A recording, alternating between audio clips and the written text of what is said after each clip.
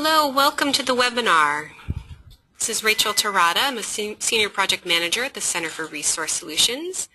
And I'm joined today by two great speakers, Robin Quarrier, Chief Counsel from Center for Resource Solutions, and also Dave Farnsworth, Senior Associate with the Regulatory Assistance Project.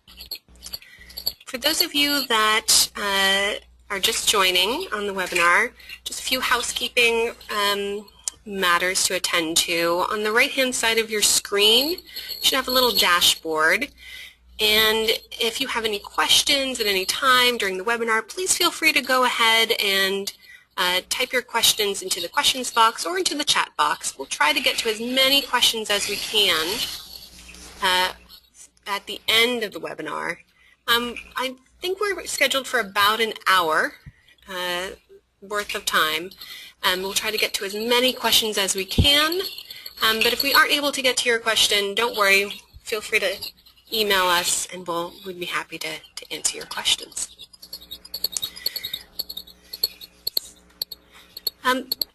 There's a great paper. I don't know if any of you have already downloaded it, put out by CRS and RAP. And I'm hopeful that many of you are aware of the EPA's proposed Clean Power Plan. Dave Farnsworth and Robin Quarrier will be getting into a lot of the details around that and how existing renewable energy certificate or REC tracking systems can be used as an integral part of state compliance for the EPA's Clean Power Plan, and how those systems, together with state policies that are designed to increase the production and use of renewable electricity, will be really critical to states looking to use renewable energy like wind and solar to reduce the carbon intensity of their power sector. So with that, I'm going to turn it over to Dave. Okay. Hello, everybody. This is Dave Farnsworth. Welcome. It's great to be here today. What I wanted to do is just give you a quick overview of the presentation. Robin and I are going to be tag teaming on this.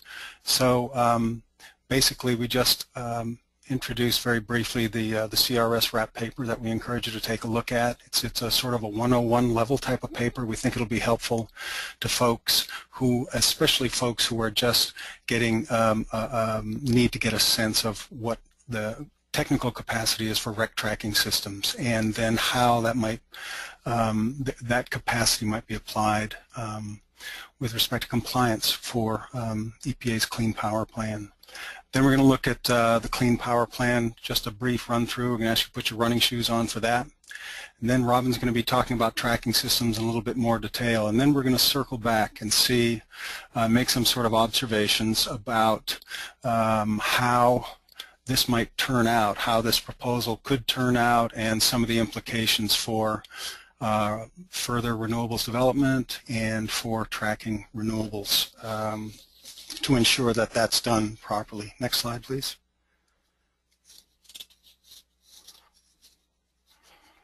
Okay. Clean Air Act Section 111D is the statutory basis for EPA's Clean Power program. It sets out a federal-state framework. Very roughly speaking, EPA sets the standards. That's part of it. The second part is states develop plans that are subject to EPA approval to meet those standards. Next slide, please. Considering EPA's side of this just a little bit more closely. So in its June 2014 proposal, EPA sets out interim goals, that is the average of years 2020 to 2029, and then it sets out a final goal that states are supposed to meet. It proposes a significant amount of flexibility to states for meeting these requirements. In fact, so much flexibility that states are complaining sometimes states are complaining they don't quite know what to do with all this flexibility. Comments on the proposal are due the 1st of December, so in the next couple of months, with a final rule coming out in June this next year. Next slide, please. So from the state's point of view, plans have to be submitted to the EPA regions by June 2016. There are provisions for extensions States individually, states going as a region can get extensions under this proposal. And the state plan would go into effect upon approval by EPA. Next slide. So EPA has proposed a rate-based approach.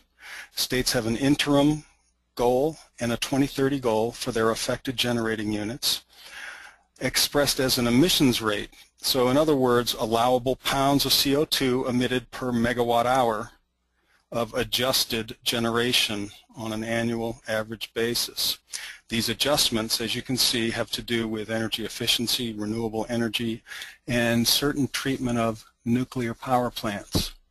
EPA, in its proposal, has recognized that given the zero carbon associated with nuclear power plants, EPA has endeavored to capture at-risk power plants, nuclear power plants, and it's also sought to capture those that are on the books for being built.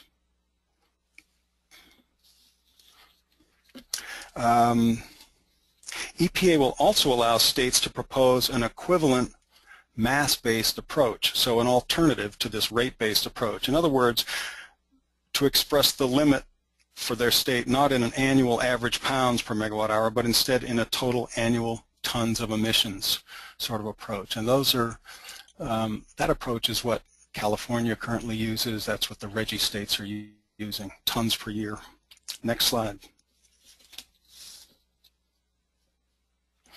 Now EPA has developed these rates, proposed rates for states, using a combination of what it calls building blocks, and these include heat rate improvements, and that is efficiencies, improvements at the units themselves, within the fence improvements, so to speak. Another building block is the increased use of existing natural gas. The assumption here is that gas plants out there today aren't running as much as they might, and that they could run more and replace dirtier units. Increased use of carbon-free resources. That is building on what renewable portfolio standards are providing for today, preserving the at-risk nuclear, counting on planned nuclear, as I just mentioned, as well as energy efficiency. Next slide, please. So those are the building blocks. Now, it's a very common misconception that EPA's building blocks provide the roadmap for compliance going forward, and that's not correct. There are many choices for compliance and many combinations. When you look at the building blocks, they're assuming certain percentages of the goals for each state are achieved through that building block. Well, actual compliance paths, EPA has said publicly and even in their proposal that there are many ways to do this, including building blocks, and there are many combinations, not the combinations of building blocks they've used to come up with the rates themselves. So the building blocks can be included: transmission efficiency improvements, energy storage technology, thermal storage, plant retirement, any number of approaches here. And of course, the topic we're here to explore is one of the building blocks. It's renewables, the further development of renewables, and I'm going to hand it off to Robin here, but it's just important to recognize that the clean energy sorts of programs that are out there in the states, EPA has sought to piggyback its proposal on the many different clean energy activities that are currently underway across the country. Thanks so much, Dave. This is Robin Quarrier, and I'm going to be talking in more detail about renewable energy under 111D. So the EPA did describe that renewable energy will be usable and is one of the tools you can use for compliance under 111D.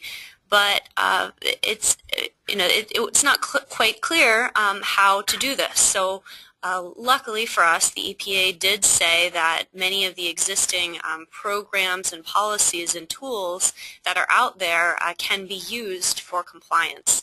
So the rest of this talk and of our paper describe really what exists today, what can be used, and specifically relying on statements in the Clean Power Plan that reinforce the ability to use these types of tools, programs, and policies. So when we're talking about programs, we're talking about cap-and-trade programs, things like RGGI. When we're talking about policies, it might be RPS policies, and there are a variety of different types of RPS policies.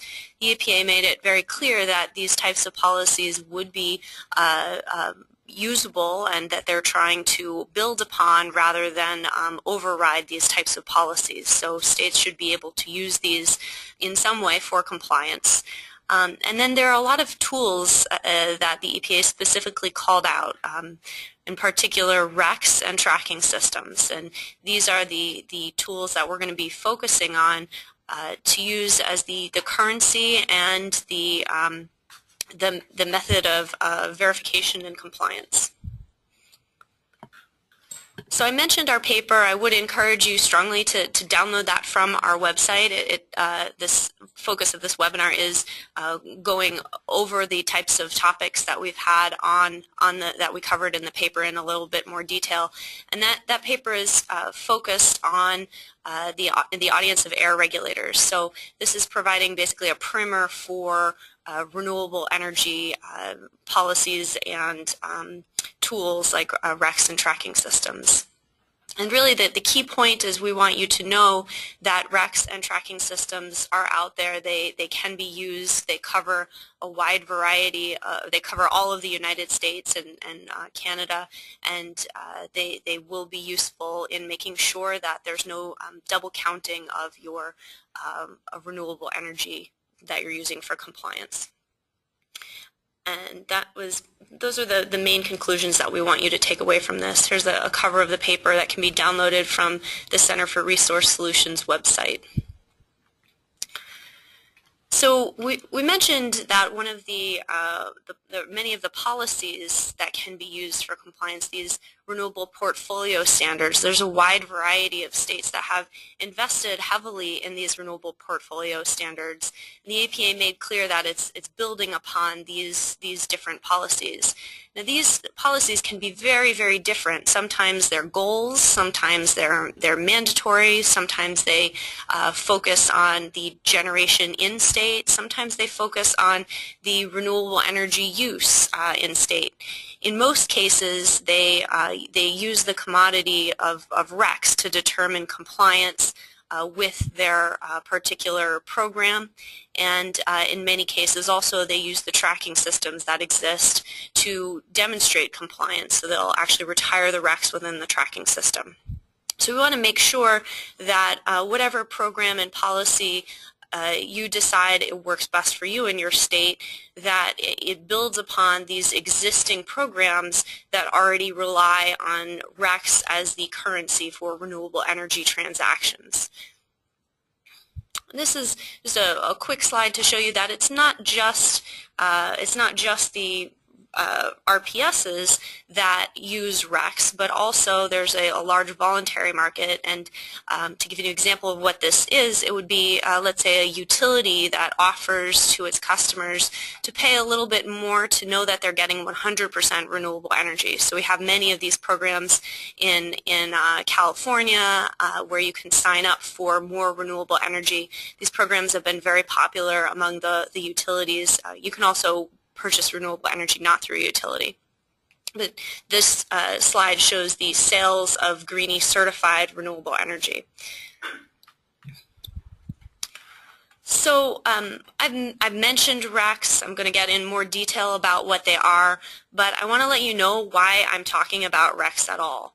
I'm talking about RECs because in the EPA's Clean Power Plan, they say that they're building on existing policy, and the current policies, many of them use RECs to demonstrate compliance. So if we pick another sort of unit to demonstrate compliance, it's going to be very confusing how that would work with the existing policies. So we contend that the simplest way is going to be to use the same unit that is very commonly used to demonstrate RPS compliance. Also, the EPA has made it very clear that they won't approve programs that involve double counting or double counting of emissions. So you need to be able to demonstrate that your state, the emissions is claiming, or the rate that it's claiming, that you're not taking the benefit from another state that has reduced its emissions by purchasing or by doing something that would count the emissions twice in both states. So you're going to need to demonstrate that there's no double counting. And quite simply, the easiest way of doing this is making sure that everyone is using the same commodity, that everyone is using RECs, and that they're retiring them in a tracking system. The technical basis document also references null power, and so I see that this is a clear place where the EPA is saying if you take the RECs away from the electricity, that electricity is no longer renewable. So there's one unit for renewable energy, and that is the REC. And so I think that this is important for people to understand that if you sell the REC off, you no longer have renewable energy, so you shouldn't be counting that in a positive way. Also, the EPA makes a big point in its in the Clean Power Plan that in the area of interstate transfers of renewable energy, this is going to be a very complicated area for anyone to deal with, and we need to make sure that double counting doesn't happen. So that example that I was telling you, where there was trading of renewable energy back and forth, you need to make sure that the state that has purchased the renewable energy is the one actually claiming the renewable energy. So the EPA has acknowledged that this is going to be a challenging area, and the easiest way to do this is certainly from our perspective to use RECs and tracking systems. So this is really why we're talking about RECs and why we think that that's going to be the easiest way to make sure that you're in line with what the EPA is looking for. So here's a quick diagram. This is my favorite slide of the day. It shows what a REC is. So when you generate 1 megawatt hour of wind or solar or any type of renewable energy, that may be defined by your state or by the voluntary market. Most likely it's defined by the state, though. When it's defined by the state, then you have two different commodities that are created. One is the underlying electricity that can power your toaster, and the other is a REC. And that REC, you can sell those bundled together, the electrons with the renewable attributes, and that's what's done quite frequently, and quite frequently what's required for RPSs. However, you can also separate that REC off and sell the electrons in the spot market, and that REC can be used to demonstrate compliance with an RPS, or potentially a regular customer like you or me could purchase that REC to green the renewable energy that we're using. So this is the way that many of the RPSs have been working. This is what the organizations, the large companies that purchase renewable energy, what they're doing is they're purchasing RECs. This is a well-known concept in the industry, and this is the way that it's been done in North America for years and years. Now, on the right, you see the tracking system. So this shows that the REC, it doesn't just disappear. What happens is the generator is registered in a tracking system, and at each time a purchase is made, that REC will transfer from one account to another account. So it's kind of like a bank. The REC will transfer within the tracking system to its new owner, and only that owner will be able to make a claim on that when they retire that REC. So when a REC is retired, then it is no longer valuable to use for carbon footprinting, or to, the retirement constitutes its end point. So the next slide, I want to show you, I've mentioned tracking systems, but maybe you don't know how prevalent they are, how they cover every area in the United States and Canada. And there are a wide variety of different types of tracking systems. Usually they're formed with close conversations with the states that are in their region such that the tracking systems can be a tool for demonstrating compliance with those states' RPSs. So, for example, in California, we have REGIS, and REGIS is used by California to demonstrate compliance with the RPS. There are many other tracking systems that are in development, or tracking systems that will work with customers that are in places where tracking systems previously didn't exist. And there are some tracking systems that exist for just one state, like ERCOT for Texas. But to each his own. They all demonstrate the same major points, which is you can see who who owns the REC. You can see where it was generated. You can see what types of eligibility it has. So, for example, you can see it's eligible for a particular state's RPS. You can see the vintage dates, and you can see whether or not it's been retired. So these are the major points that you can see in the tracking system, and they do have the capability with some work to be interrelated as well. So now I'm going to get into a couple of examples. They're starting pretty simple about how RECs and tracking systems can be key to making sure that you don't have double counting of emissions reductions. So if you have, the simplest case, you just have one state. You have state A, where a generator is selling to a load-serving entity. Now, if you are using a tracking system where the generator is registered in a tracking system, the load-serving entity purchases the RECs and then retires them, it's pretty clear that that renewable energy is only being used by the load-serving entity. If you had a case with many different people in the chain where there were many different load-serving entities, it would be important to know that only one load-serving entity in that state was claiming the renewable benefit from those RECs.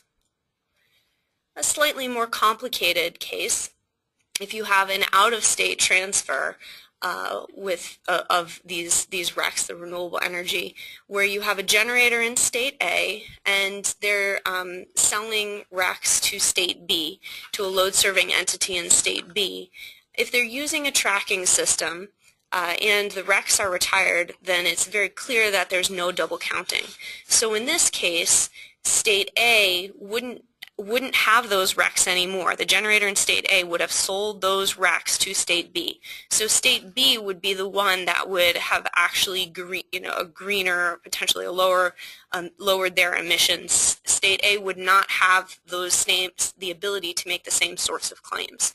So the REC goes from state A to state B, and only state B would claim it. And that is very easy to see in a tracking system because you can see the REC move out of state A's account for the generator in state A and into state B. If that weren't the case, it might be a problem where there would be double counting. This is a little bit more complicated case where you have instead of the typical energy-based requirement, here you have a capacity-based requirement in state C. So state C is one of those states where they're adding up the total capacity from renewables to determine whether or not there's compliance with their RPS. And state D, in this example, they could have any type of RPS, but they're purchasing from this other state that has a capacity-based RPS. So the renewable generator in state C is selling RECs into state D. Now what needs to happen is to make sure that, that when the RECs go from state C to state D, that you're not using those RECs for state C's RPS, that only one state is using those RECs, and that ensures that there's no double counting. And that's much easier to see when a tracking system is used, especially if that tracking system already covers both states that are involved in the transaction. This is, I'm just bringing us back before I hand it back over. This is my favorite slide again, and this is really the essence of this talk, to show you that for 1 megawatt hour of renewable generation, you do create two separate commodities. And the key is that this null power, this megawatt hour, this energy that doesn't have a REC associated with it, that is produced, that is not counted as renewable. Because as you can see, if both the REC and the megawatt hour were considered to be renewable, that would be counting one thing, 1 megawatt hour, twice. So the best way to do this is through the use of tracking systems and RECs. Thank you. And I'm going to hand it over back to Dave.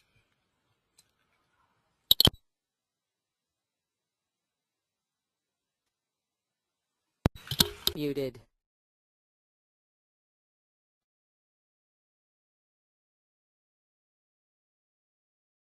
Unmuted.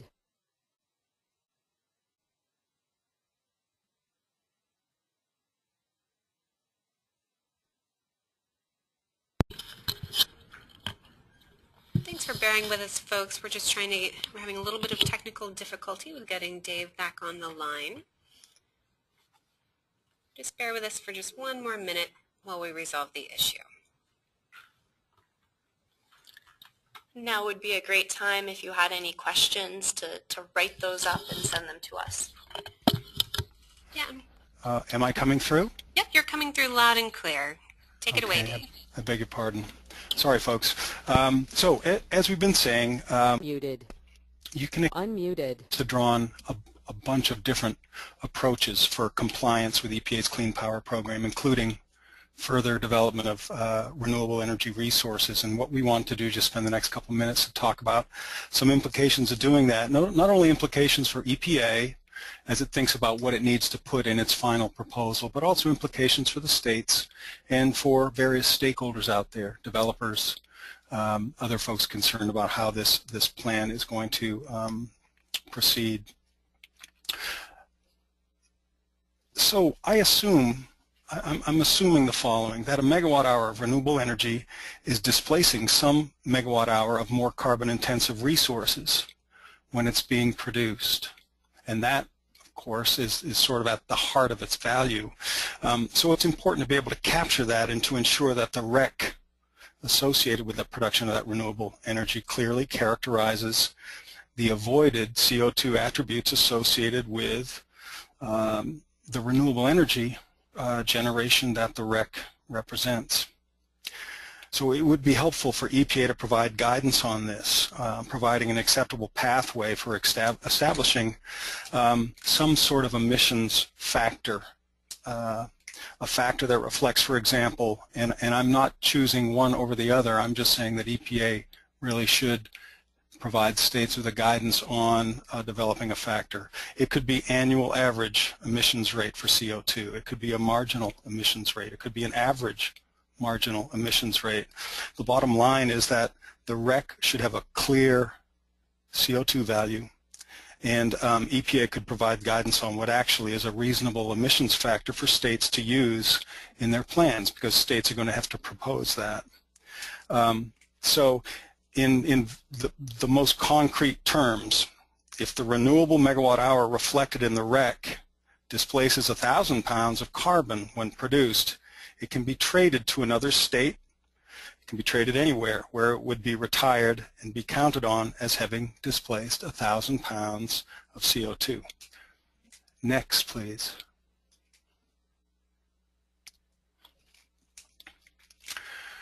What I wanted to do is stop and make some observations about capped regions, because we have 10 states so far in the U.S. that have capped regions, and it may be that additional states will decide to take EPA up on their proposal to their encouragement to develop a regional program or regional market.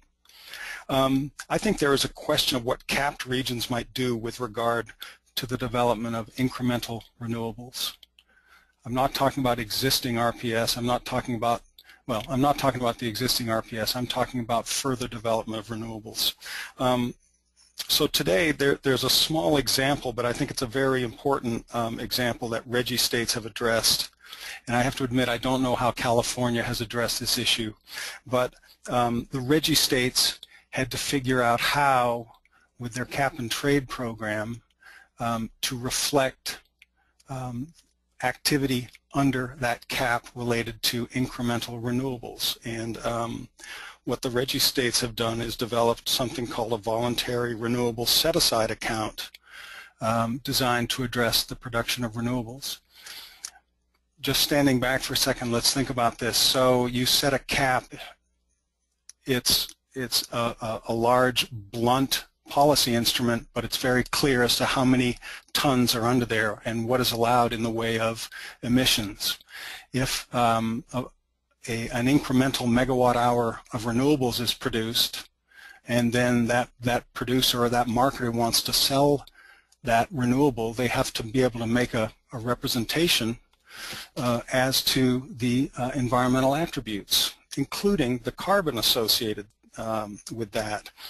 And unless they can represent that that megawatt hour has in fact displaced another megawatt hour of more carbon intensive electricity produced, however that is counted, unless they're able to make that representation, it's going to be very difficult for them to be able to market in a reasonable, in a legitimate sort of way. So, like I said, the RGGI states have developed something called a renewable set-aside to address this issue. Let me explain what a set-aside account is. It's some amount of tons under the cap, some small fraction of tons under the cap that is put off to the side and used, in fact, is retired in proportion to the amount of renewable energy that's produced and during a certain compliance period. Imagine that you're inviting 10 friends over for dinner, and at the last moment you hear that 3 of them they're having car trouble, they'll show up late. Well, you'll set aside some food for them. It's part of what you plan to make for dinner, but you're setting that aside so when they come, they get theirs, essentially. So the RGGI states have done that. They've created set-aside accounts. 8 of the 9 RGGI states have done this. Very small accounts, something like 1% of each state's budget. So at the end, it's done annually in the state of Vermont, I believe, and I think it's more or less done in a similar manner around the other RGGI states. A company doing the development of voluntary renewables will come in and say, look, I've got this many RECs. I'm going to retire them to reflect the renewable energy we've produced, and we want, and this many RECs corresponds to X amount of RGGI allowances. Would you, Public Service Board, please retire those? And the board will retire them. So there is a corresponding amount of carbon retired to reflect that, that incremental production of renewable energy. I want to emphasize that states make this adjustment not because the renewables are voluntary. States do this because the renewables are incremental, and because the claim as to avoided carbon can legitimately be made only where a corresponding amount of allowances are retired under a cap. I can't make that, I can't emphasize that enough, but I think I have emphasized that enough. So I think at that point, I think it's important for EPA to consider and ask itself what is the best way for states to be able to make these adjustments, because, like I said, a cap and trade, the cap in a cap and trade instrument is quite a blunt instrument, and it needs that very little adjustment. The use of a set-aside essentially takes a cap and adjusts it down. It tightens the cap just a very little bit to reflect that activity. I think that there's a second sort of observation to be made here. As I pointed out, we're talking about 1% of the allowances in the RGGI region that are going that are available to put towards voluntary renewables. So it's a de minimis amount. Will that mechanism work in the future in capped regions where they're trying to comply with the EPA program? I would venture to suggest that yes, that would probably work just fine. But depending on the amount of renewable energy, incremental renewable energy that's produced, states will have to decide, do they want to continue giving this away? Because essentially what they're doing is giving away value. I would imagine that an approach that looks something like a production tax credit, where the states recognize the precise amount of production of renewables and cover that production with allowances under the program, could be a sensible approach for states. It could be an approach that they decide to take that supports the renewable industry and wouldn't require additional costs associated with that retirement. But that's a policy decision, I would say, that states are going to have to make. I think with those observations, I will pass the microphone back to, we going back to Rachel?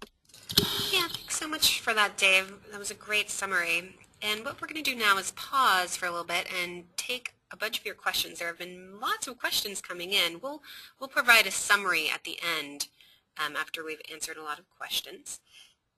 And so what I'd like to do now is, there have been a few questions that have come in about null power. Robin, would you mind just going over the difference between null power and RECs again, and if there's any sort of trade-off there? Sure.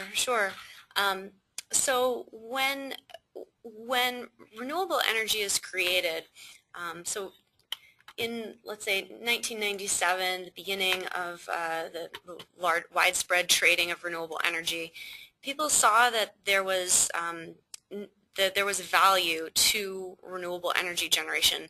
It wasn't just that they get electrons to power their toaster, but there's an additional value to knowing that it comes from renewable sources. But you can't actually follow the electrons from the source to the use. It's too difficult, it's impossible. So we needed to create the EPA and the generators created, working with the states, a concept, the concept of RECs, and this is what the states, many of the states, use to determine whether or not there's been compliance with their RPS. So this is a tool that many of the states are using, the REC, to determine whether or not enough renewable energy has been retired in that state to meet the state's goals.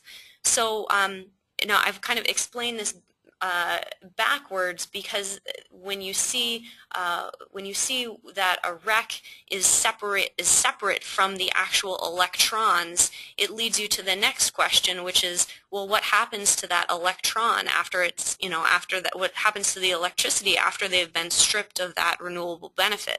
Well, it couldn't possibly be renewable as well, because then you run into that problem of double counting of renewable energy, because then you would have in this case it would be very more clearly articulated in the case of, or exemplified, if you have let's say a paper mill, and the paper mill uses a lot of renewable energy. They generate on-site lots of renewable energy, but they don't really care that much whether or not it's renewable, so they're selling the RECs. They're selling the RECs to a utility to meet its RPS goals. So the utility is taking those RECs and they're pairing it with their own electricity and selling it to and retiring it as part of their RPS. Now, if the paper plant is outside, far away from the utility service area, the paper plant itself has sold those RECs, so they're no longer using renewable energy. If the paper plant were to be advertising in its on the paper, this is made with 100% renewable energy, but they were selling those RECs to the utility, that would be a case of double counting. So the null power is the underlying electrons that have been stripped of that renewable benefit. And that's why most states rely on the RECs, and they focus on the retirement of the RECs rather than just adding up the generation from a particular source. That's why it's important to have the one consistent unit that is used across the board to determine that the renewable attributes are actually being retired in order to determine compliance with an RPS. And this is something that the states are already doing. Most of the states are already doing, so this is not a new concept. The underlying electricity, that null power, that doesn't get marked as renewable. Great, thanks for that, Robin. Kind of few questions also about REC trading. And this is for either for Dave or for Robin. Can you comment on the argument that while REC trading would allow states to import credit for out-of-state renewable production, emissions cannot be exported to the states importing fossil fuel produced energy? In other words, a state that is importing a lot of dirty power, that doesn't really count under the Clean Power Plan, whereas if you're importing clean power, that can count. Yeah, I'm happy to start this off, and then Dave, I'll hand it over to you. But it's basically just as you said, and the speaker said, the EPA is just regulating the EGUs. They're not regulating they're not regulating anything else. So they're looking at primarily the EGUs in a particular state, and then you can count the renewable energy that is imported into your state under some plan as, specifically if it's a part of an RPS, you can factor that in. And Dave, did you have anything to add to that? Yeah, thanks, Robin. I think it's important to remember that when folks have discussions about tracking systems, they are ready to talk about tracking electrons, and as Robin pointed out, that's not the way these systems work. What they do is keep track right down to the last megawatt hour. They keep track of energy produced, and they keep track of money. So you can follow the money. So REC trading, when a state, one state produces renewables and a neighbor state buys those credits, that neighboring state buys a megawatt hour of avoided emissions, imports that REC, but exports money. The money goes back to the state. The dollar goes to the renewable energy source. That renewable energy source backs off CO2 production, as long as it's done, as I mentioned earlier, as long as we make sure we're very conscious about how to come up with those numbers. And then the state that's bought that REC doesn't claim any more in the way of avoided emissions than what is allowable under that, under the terms of the REC that they've purchased. So what you're doing is following money, and you are incenting the avoidance of emissions somewhere else. There's that just geographic truth. If this were done with mercury, it would be a really bad idea, because what you could do is just pay the cheapest mercury avoider to do it, and you could continue emitting mercury where you are and harming public health, hurting people. But with carbon, it's a little different. And carbon is ubiquitous. It's everywhere in the atmosphere. So one has to ask, if you're backing off carbon in Maryland and you're taking credit for it, and your system's watertight, you're taking credit for it in Ohio, is that a problem? I don't think it is, as long as you followed the rationale and you followed the steps that we've tried to set out here.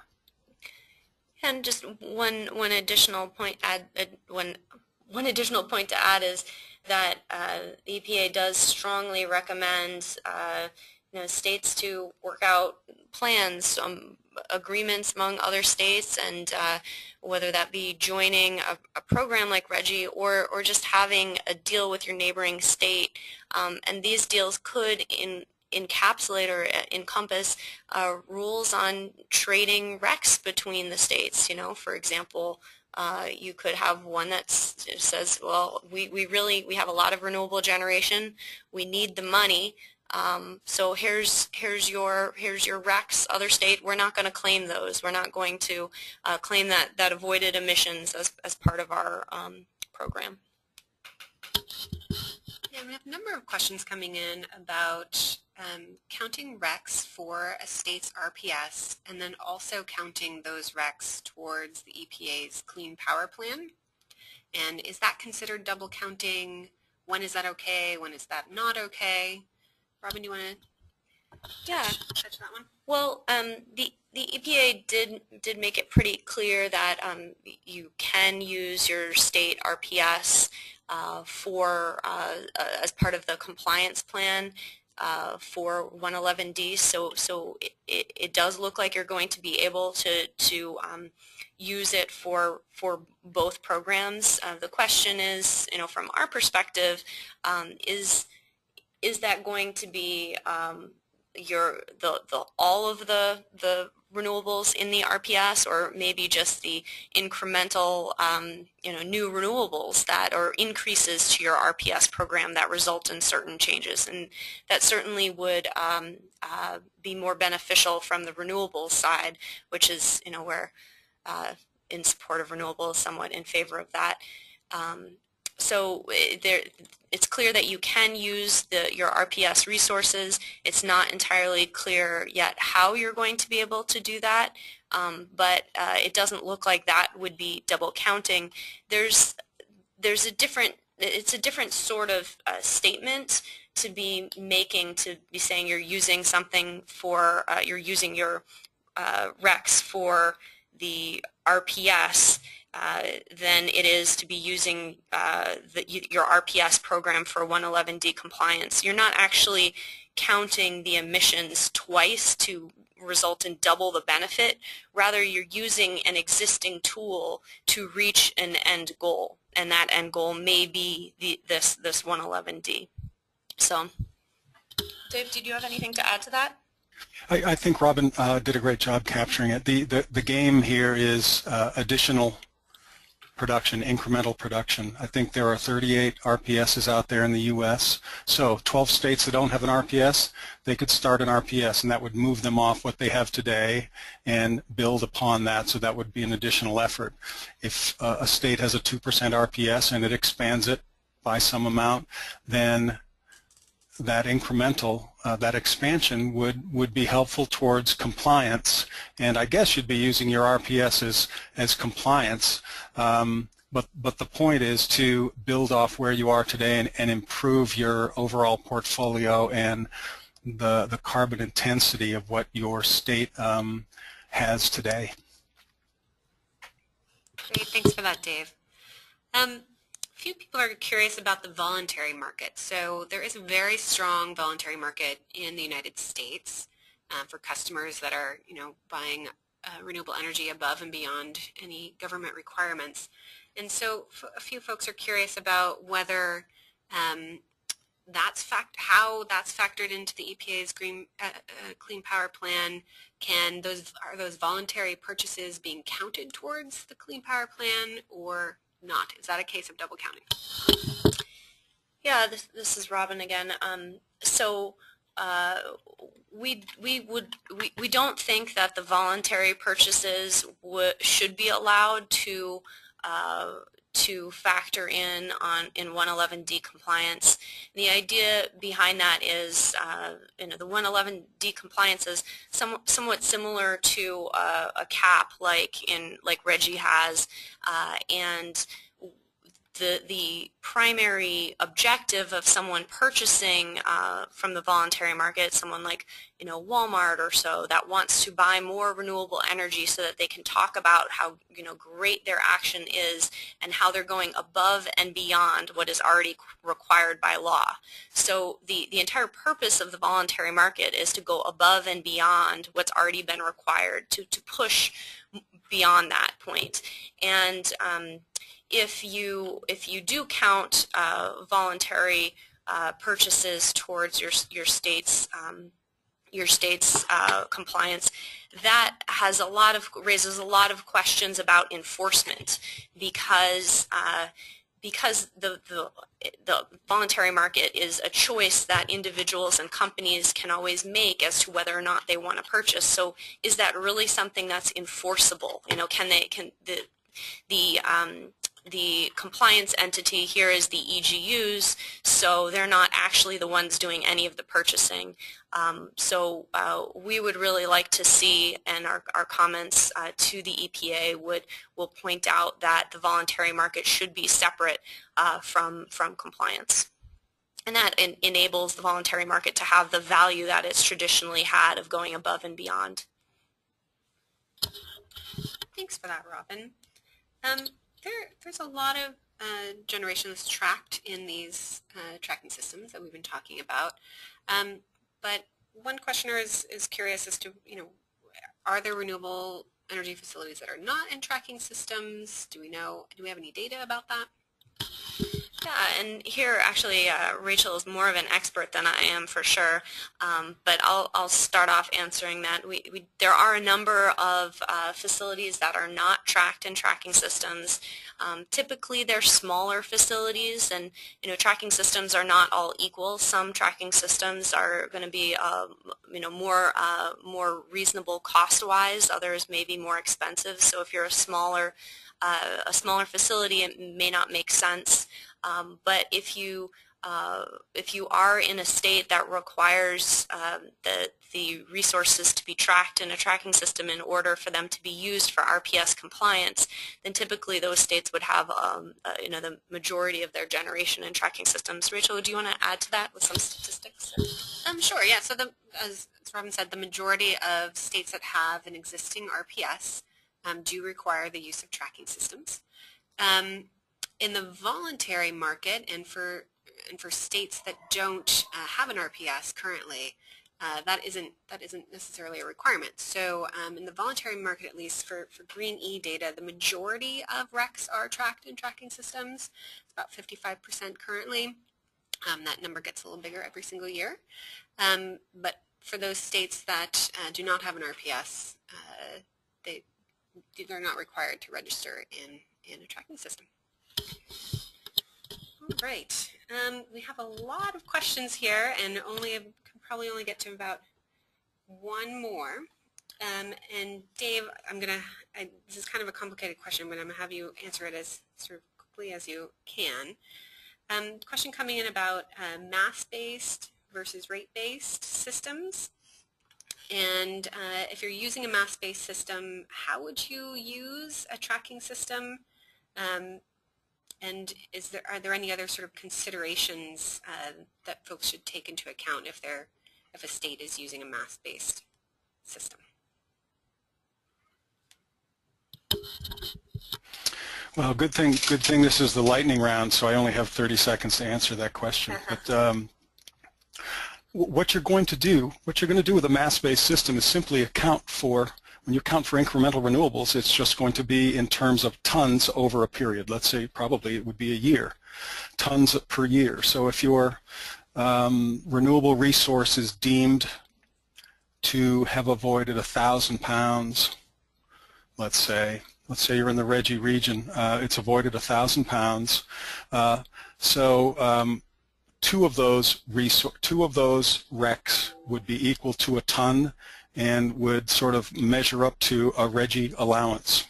And if Reggie wanted to account for that, if that were a voluntary purchase, or if that came out of a voluntary framework, or if it were an incremental renewable producer wanting to simply produce more renewables and engage in the market, then the air regulator in that state would look at it in that manner and count for it in that way. And it's just going to end up being a ton per year. And of course, you're going to have the REC and retire the REC to have the regulator count that production of energy. Great, thanks for that lightning round, Dave. I want to do a little bit of a wrap-up and some conclusions just to make sure that we all leave on the same page. I know that there are a lot of questions still outstanding, and feel free to email those to us. We'll be sending you a follow-up email with a link to the to the presentation, which was recorded. And just as a reminder for those of you that are new to CRS and RAP, Center for Resource Solutions, we've been around since 1997, and we're a nonprofit organization, probably best known for our Green E certification program. And the Regulatory Assistance Project, which we were so happy to partner with you guys on this project, and hope to create a few more papers on the EPA's Clean Power Plan as well, and what it means for renewable energy.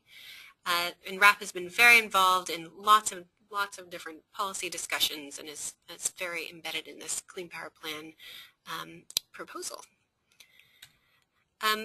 If you do have any follow-up questions, you can respond to the email that we're going to send out to you, or feel free to contact any one of us, myself or Robin or Dave.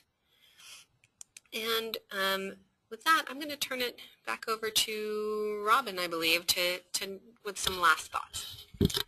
Yeah, this is Robin again, and I wanted to bring back, Rachael mentioned that we're hoping to do some more papers. Those will hopefully get in a bit more detail. So if you,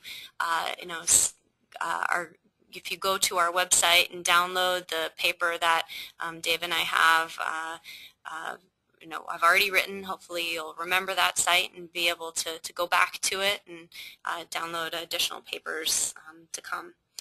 So I just wanted to tie things up and remind everyone of some key points. And existing renewable energy policies can be strengthened under 111D. They're not going to be overwritten, and they're not going to be destroyed. You can definitely use those as tools. And 111D can result in a lot of increased demand for renewable energy if we do it the right way. So if your program is looking at RECs and retiring them and tracking system, that's going to result in a lot of stability for the market and a lot of insurance that those RECs are not going to be double counted.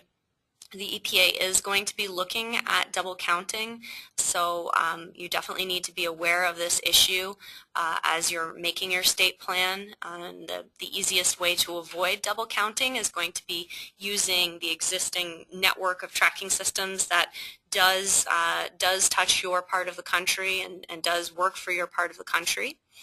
And we have that list, or that nice map in our slides that you can see which tracking system is appropriate for you. And finally, the use of RECs will help reduce the risk of double counting. So we strongly encourage everyone to see RECs as the commodity for renewable energy, that whether they're purchasing from out of state or whether they're just looking in state at that renewable energy, they should be looking at RECs and retiring RECs for compliance. And that will work as well for mass-based and for rate-based. Great, thank you so much, Robin, and thank you, Dave, as well, for joining us today. I do want to mention that we have a whole conference dedicated to renewable energy markets, and it's coming up rather quickly, December 2nd through the 4th in Sacramento, California. And the early bird rate actually ends today. Early bird rate ends today. If you are interested in exploring topics like the EPA's Clean Power Plan, we'll be definitely getting into that quite a bit. It's the big hot topic, I think, at the conference this year. We'd love to have you join us and network with your peers, and also learn more about renewable energy markets. So again, if you want to save 25%, I believe, off the full conference rate, that early bird rate ends today, and we'd love to see you there. Thank you all so much for joining us, and I hope you have a good rest of your day.